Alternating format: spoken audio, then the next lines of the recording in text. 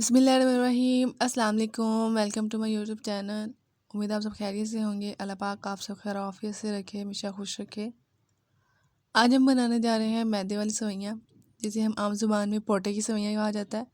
ये हम दो तरह की बना रहे हैं, तो चलिए देखते हैं कि रेसिपी कैसे बनती है। सबसे पहले हम चाशनी वाली सेवइयाँ तैयार करेंगे, और चाशनी वाली सेवइयों के लिए हम सबसे पहले चाशनी तैयार करेंगे। यहाँ पर मैंने एक पैन ले लिया और इसके अंदर 2 कप पानी ऐड कर लिया। जितनी सेवइयाँ हैं उतना हमने इसके अंदर पानी ऐड करना है। मैंने 2 कप सेवइयाँ ली हैं, तो इसलिए मैंने यहाँ पे 2 प्याली पानी ऐड कर लिया है। अब इसके अंदर इलायची ऐड करेंगे। इलायची जो है वो आपकी अपनी चॉइस है, आप चाहे इसको स्किप कर सकते हैं। और 1 प्याली मैं इसके अंदर चीनी ऐड करूँगी।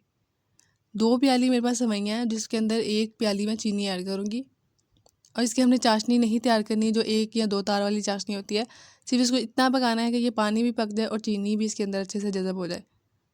ठीक है, ये देखिए मेरी जो चाशनी है वो बिल्कुल तैयार है। इतनी ही सिर्फ हमने इसको बनाना है। अब यहाँ पे आ जाते हैं, हमने यहाँ पे कढ़ाई ले लेनी है और इसकी हमने सेवइयों की बुनाई करनी है। मैं यहाँ पे ऑयल यूज़ कर रही हूँ, आप चाहे तो देसी घी भी यूज़ कर सकते हैं, क्योंकि यहाँ पे ज़्यादातर देसी घी ही यूज़ होता है, लेकिन मैं यहाँ ऑयल यूज़ कर रही हूँ। अब इसके अंदर मैं 2 प्याली सेवइयाँ डालूँगी और इसकी हम बुनाई करेंगे। मैंने जो सेवइयाँ हैं वो ऑलरेडी थोड़ी सी भुनी हुई हैं। अगर आपने मेरी पीछे वाली वीडियो देखी हो जिसमें मैं सेवइयाँ बनाने का तरीका बता रही हूँ, तो उसमें मैंने इसकी बुनाई की थी, क्योंकि हम जो है वो बुनाई करके इसको स्टोर कर लेते हैं। तो आधी तो ये ऑलरेडी भुनी हुई है, इसलिए हम थोड़ी सी और इसको बुनाई करेंगे। 3 से 4 मिनट तक इसकी बुनाई करेंगे। और जो बुनाई है वो हम मीडियम आंच पे करेंगे, क्योंकि अगर आंच हमारी तेज़ होगी तो उसकी वजह से ये सेवइयाँ हैं वो बहुत जल्दी जल जाएंगी, लेकिन बुनाई इनकी नहीं होगी।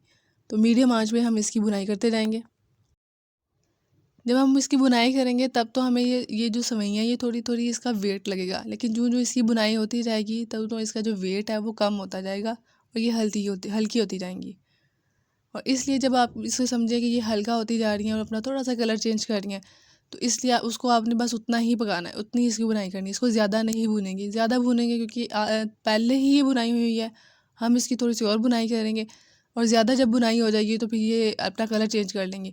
तो हमने सिर्फ थोड़ी ही बुनाई करनी है। अगर आपकी बुनाई जो पहले नहीं हुई है तो फिर आप इसको अच्छे से भून लें, इधर घी के अंदर इसको अच्छे से इसकी बुनाई कर लें, ताकि इसका जो कलर है वो भी अच्छे से थोड़ा सा आ जाए और उसकी ज़्यादातर इसकी बुनाई हो जाए। क्योंकि अगर बुनाई ना हो तो फिर आपकी जो सेवइयाँ हैं वो अच्छी नहीं बनती।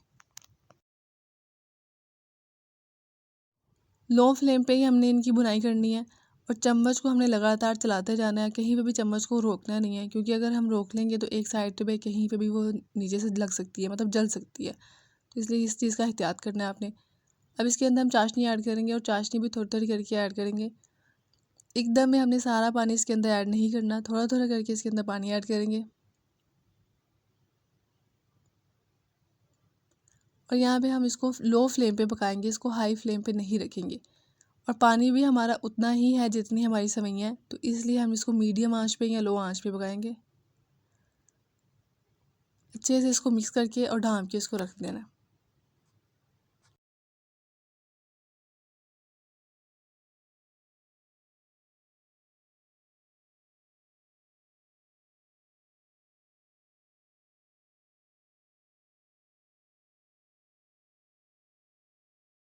हम इसका चेक करेंगे कि पानी इसका खुश्क हुआ है या नहीं हुआ है। तो यहाँ पे पानी खुश्क नहीं हुआ है, और इसको एक दफ़ा इसका चम्मच से हिला के चेक कर लेते हैं। ये देखिए, और हमने पकाना है इसको मीडियम आंच पे ही है। मैं आपको एक दफ़ा दोबारा कह दी हूँ, क्योंकि हमने इसको हल्की आंच पे ही पकाएंगे। इसकी आंच जो है वो हम इसका हाई कर लेंगे, तो इससे क्या होगा कि पानी बहुत जल्दी खुश्क हो जाएगा और आपकी जो सेवइयाँ हैं वो कच्ची रह जाएंगी। तो हल्की या मीडियम आंच पे ही हम इसको पकाते रहेंगे। अब देख लेते हैं, जो पानी है वो बिल्कुल खुश्क हो गया है, लेकिन जो हमारी सेवइयाँ हैं ना वो अभी प्रॉपर्ली गली नहीं है। तो इसके लिए हम इसको थोड़ा सा दम देंगे, और दम भी सिर्फ हमने 2 मिनट का देना है, ज़्यादा का दम नहीं देना। और यहाँ एक चीज़ का ख्याल रखना है कि हमने सेवइयों को दम ज़रूर लगाना होता है। जब तक आप इस सेवइयों को दम नहीं लगाएंगे तब तक ये निखर के और खड़ी खड़ी नहीं बनेगी, इनकी लुक भी अच्छी नहीं आएगी और ये अच्छे से बने भी नहीं। तो इसलिए हम इसका दम लगाना बहुत ज़रूरी है, और मैंने यहाँ 2 मिनट का दम लगा लिया था। अब ये देखिए मेरी जो सेवइयाँ हैं वो अच्छे से गल भी गई हैं, और इनका जो है पानी भी अब बिल्कुल खुश्क हो चुका हुआ है। ये देखिए, इसके अंदर जो घी है ना या ऑयल है वो बहुत कम ही यूज़ होता है, तो इसको सिर्फ हम इतना ही यूज़ करते हैं जितनी इसकी बुनाई हो सके। अब मैं आपको चेक करके बताती हूँ कि देखिए ये गल गई हुई हैं, देखिए हाथ से ये टूट रही हैं।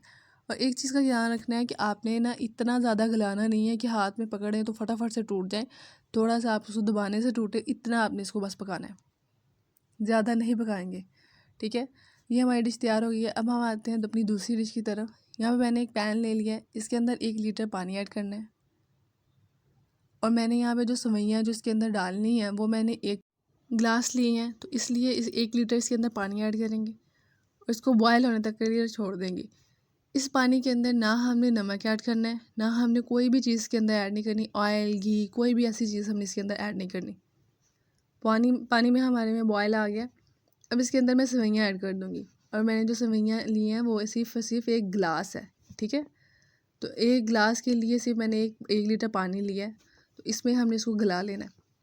और यहाँ पे एक चीज़ का ध्यान रखना है कि हमने इसको ढाँपना नहीं है, क्योंकि हमने जो पहले वाली सेवइयाँ उनको हमने ढाँप के पकाया है, इसको हमने ढाँपना नहीं है।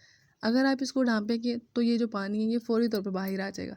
ठीक है, इसलिए हमने इसको ढाँपना नहीं है, इसको हमने ऐसे ही हमने इसको पकाना है और इसका जो फ्लेम है वो भी हमने हाई नहीं करना। जब आप इस फ्लेम को हाई करेंगे तभी ये उबल के बाहर आ जाएंगे।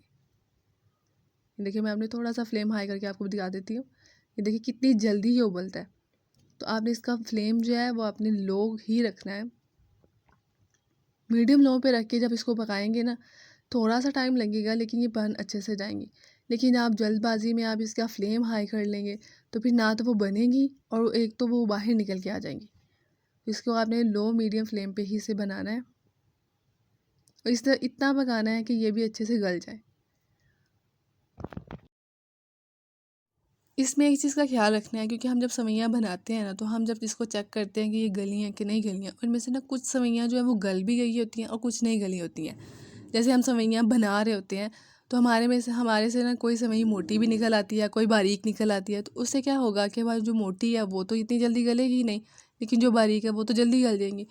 तो अब आप ये ना करने बैठ जाए कि हम ऐसा होता है ना कि अब ये तो गली नहीं है तो यार इसको तो दोबारा पका लेते हैं ताकि अच्छे से ये गल जाए। ऐसा नहीं करना, क्योंकि ऐसा करेंगे ना तो फिर हमारी जो सेवइयाँ गली होंगी ना फिर वो बहुत ज़्यादा गल जाएंगी, जिसकी वजह से वो एक आटे की शक्ल इख्तियार कर लेंगी और वो अच्छे से नहीं बनेंगी। ठीक है, अगर आपको कहीं लगे कि हमारी एक सेवई मतलब आपने देखा है और आपको लग रहा है कि कहीं कहीं से सेवइयाँ गल गई हैं तो आप उसको उतार लें। ये देखिए मेरी सेवइयाँ जो हैं वो बिल्कुल गल गई हैं और मैं इसको उतार लूँगी।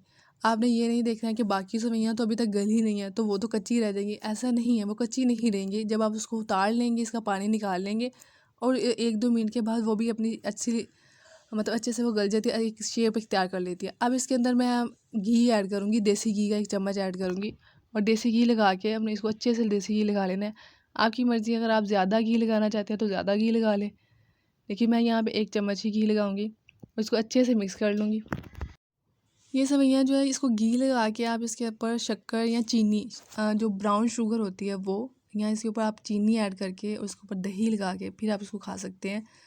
ये ज़्यादातर हम अब जब छोटे होते थे ना तो हमारी जो नानी है ना वो ईद के दिन, ईद का जो सुबह का नाश्ता होता था ना वो ये बनाया करती थी और हम सारे घर वाले दस्तरख़्वान सजा के ना तो ये सेवइयाँ बड़े शौक़ से खाते थे। तो उम्मीद है आपको हमारी आज की रेसिपी अच्छी लगी होगी। रेसिपी अच्छी लगी है तो रेसिपी को लाइक और शेयर कर दीजिएगा और मेरे चैनल पर नए हैं तो मेरे चैनल को सब्सक्राइब कर दीजिएगा। जल्दी मिलते हैं एक नई वीडियो के साथ, तब तक अपना और अपने घर वालों का ख्याल रखिएगा। अल्लाह हाफ़िज़।